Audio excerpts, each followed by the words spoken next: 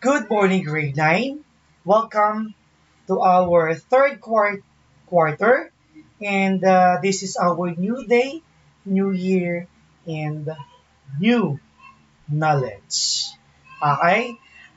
Before I will proceed to the topic that we will going to discuss this day, I just want to greet you a happy new year. Okay, everyone, a happy new year or a happy 21 new year. Okay, before we proceed to the topic that I will going to discuss later on, I just want to uh, tell or say all the things that we're going to discuss in the whole third quarter. And what are those topics? Okay? For our third quarter, it's all about Earth and space. Okay? So, the things that we're going to discuss are the part of a volcano, classification of volcanoes, volcanic eruption, type of volcanic eruption. Okay? Type geothermal energy, climate change, combating climate change, the birth of star, characteristic of star, constellation, other astronomy concept.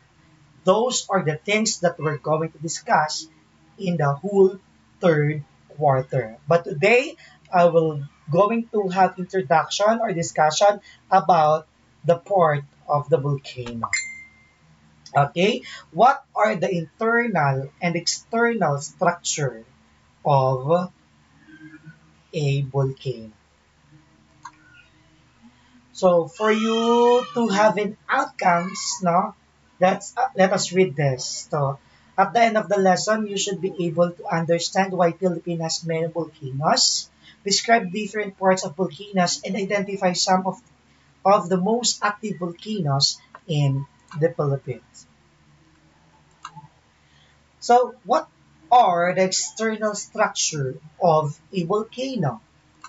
Okay, volcano have external structure, namely the base, flank, crater. Some may have caldera, no? And bed. And internal structure, namely the magma chamber, con- conduit, throat, and piles of ash and lava layers. So this is the internal structure. Okay, we have the flank vent, layer of ash, throat, layer of lava. Outside na yon, yung layer of lava. Okay, we have the earth crust and the magma chamber inside our earth crust. So, internal structure of a volcano. So, it is important to note that all or not all volcanic eruption led to the destruction of the volcanoes. Size and shape, or in some cases, when volcano erupts, its size grow and its slope becomes steeper because layer of lava and ashes are eventually formed. Let's elaborate. Volcanoes and Pacific Ring of Fire. Okay? Do you know that approximately 90% of volcanoes on Earth are located in the Pacific Ring of Fire? And approximately 75% of these are active. Okay? There's a lot of volcanoes are active inside the Pacific Ring of Fire. And Philippines is, is one of the country located in the Pacific Ring of Fire.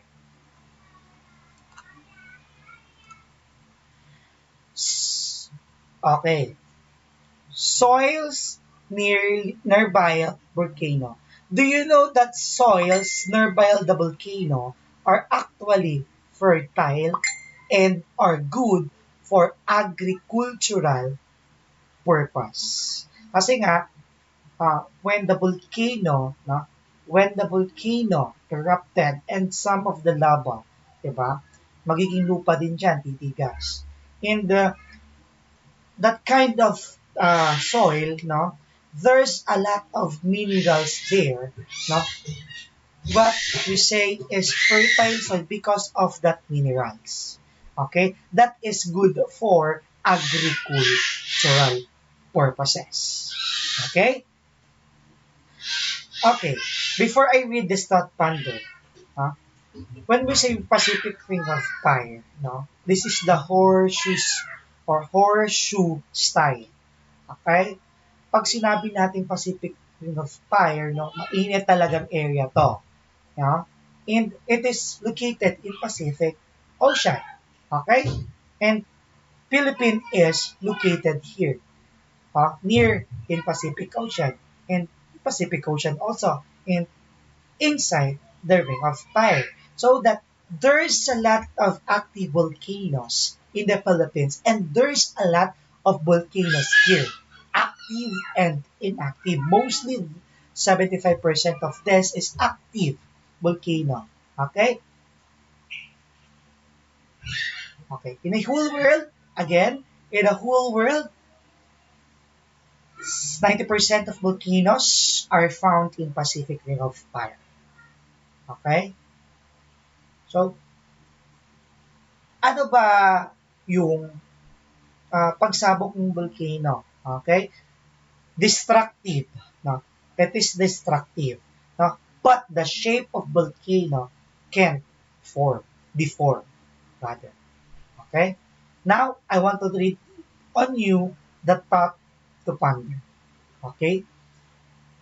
Painful experiences come to all people, regardless of their social status, achievements, and the holy physics.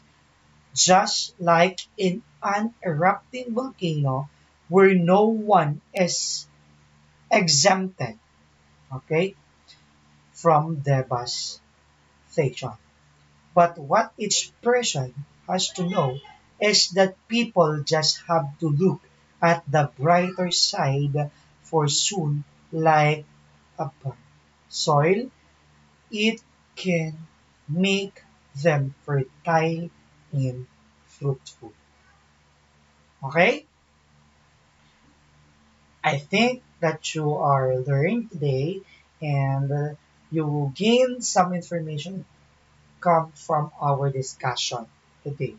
And that is for today. God bless you, and I hope you enjoy our discussion and enjoy, be happy in this year.